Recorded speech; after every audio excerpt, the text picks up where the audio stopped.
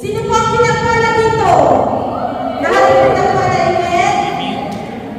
Tatako na po tayo sa ating sharing portion. Natawagin ko po sa Sister Judith para po sa kanyang pagpapahagi. Amen. Purihin natin ang Panginoon! Amen. Praise God. God is good. All the time. All the time. God is good. Truly, my brothers and sisters, all the time God is good into our lives. Amen. Last Friday night, around 7:30, I have a car accident. Car accident na totally wrecked na sasakyan ko. If you're going to tell that to someone, going to maybe you have the brace in your neck, or you're on the street there. But I was outside my car, looking my car, that all the pieces that is the road is flying. And then, hindi pa siya nag-sink in sa isip ko eh. Akala ko pumutok lang yung ulo mo, kasi hindi naman nagalaw ang katawan ko. Suppose hindi nagalaw ang katawan mo, di ba? Either you're gonna hurt your neck. Wala talaga, as in wala. Ang sabi ko sa sarili ko, parang pumutok ang ulo ko. Kasi may ba na yung takbo ko eh. Pumunta na ako sa kanan. Tapos yung hydro poste, matutungkog ko na yan eh. So, pinarampa ko siya sa gutter yung sasakyan ko. Bumaga ako. Sabi ko, bakit kaya tumutok ang gulo ko bago ito? May bumara sa harapan ko na sasakyan. Lumabas siya, sabi, tumawag ka ba ng pulis? Sabi ko, hindi. Ang iniisip ko, sabi ko, mabait naman ang tao na tutulungan niya ako. Hindi naman, sa highway yun. Sa highway nangyari. Tapos, sabi ko sa sarili, hindi kaya nabangga niya ako. Kasi wala, hindi ko talaga naisip na nabangga ako. Kasi wala akong nakita na pressure sa katawan ko nung nano yung sasakyan ko. So, tinignan ko ulit yung sasakyan ko, pumutok ang ulo ko, yung rim, basag.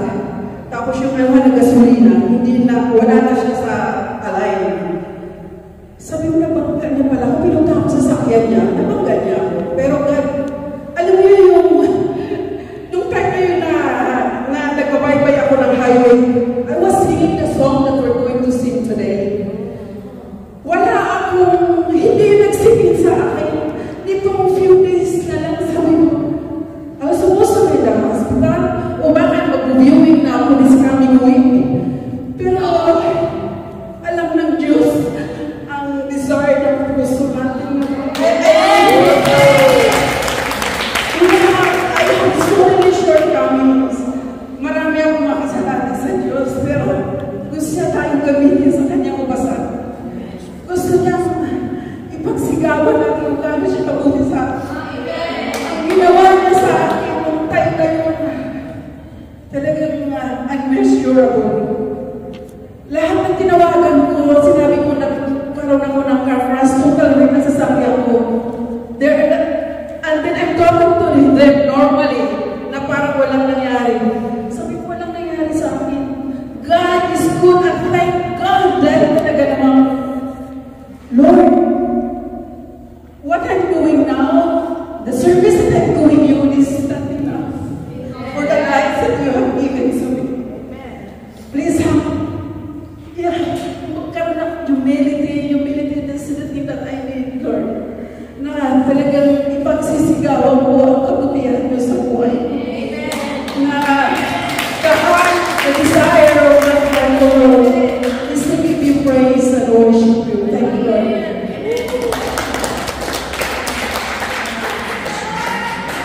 Praise the Lord! Hallelujah! God is good! God is really, really good. Amen? Sa lahat ng nagtitiwala sa Kanya, hindi niya pinapabayaan. Papadala niya ang kanyang bibigay mo ang meron upang tayo ay protektahan. Amen? Hallelujah! Sino pa po ang gusto kong bahagi? Sister Lodena po. Purihin natin ang Panginoon!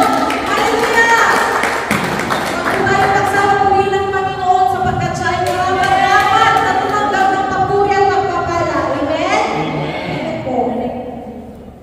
I praise and glorify you, Lord, and behalf of my sister. I'm here to thank you also.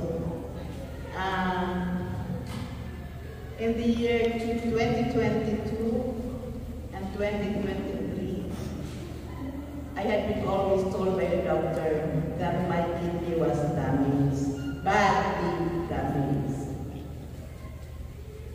But I answered it by talking to myself that the Lord is in control.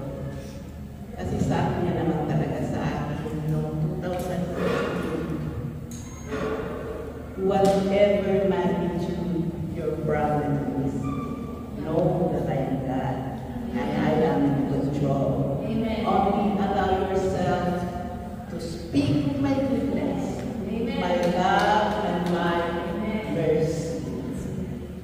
Yun, paulit-ulit kong sinasabi dito, baon ko yun sa puso ko. Whatever magnitude, gaano man kabigat ang pagdaraanan ng pagsubok. Alalahanin mo ako ang Diyos at ako may kontrol sa lahat ng bagay. Sasabihin mo ang aking pag-ibig, ang aking habag, at ang aking kaluwalhatian. Mga brothers and sisters, it was not just the doctor telling me that my kidney was damaged. I feel it. I feel the pain. My legs and my feet were swelling all the time.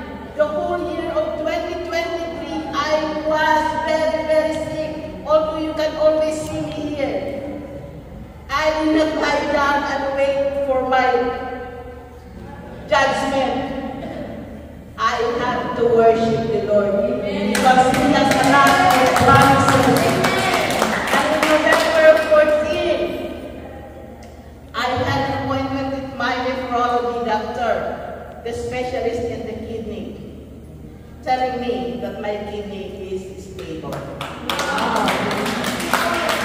Lord, Jesus! Lord, your faithfulness can never be understood by a human perspective. Amen.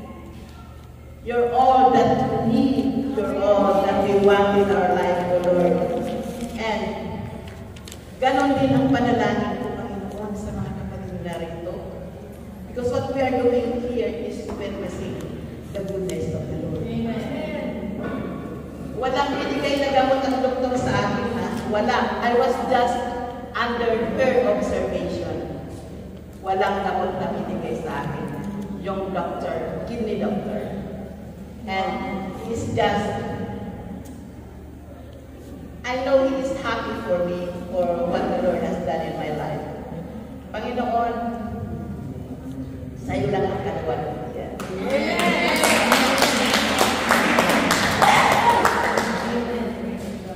Amen. Truly, our God is our great healer. Amen.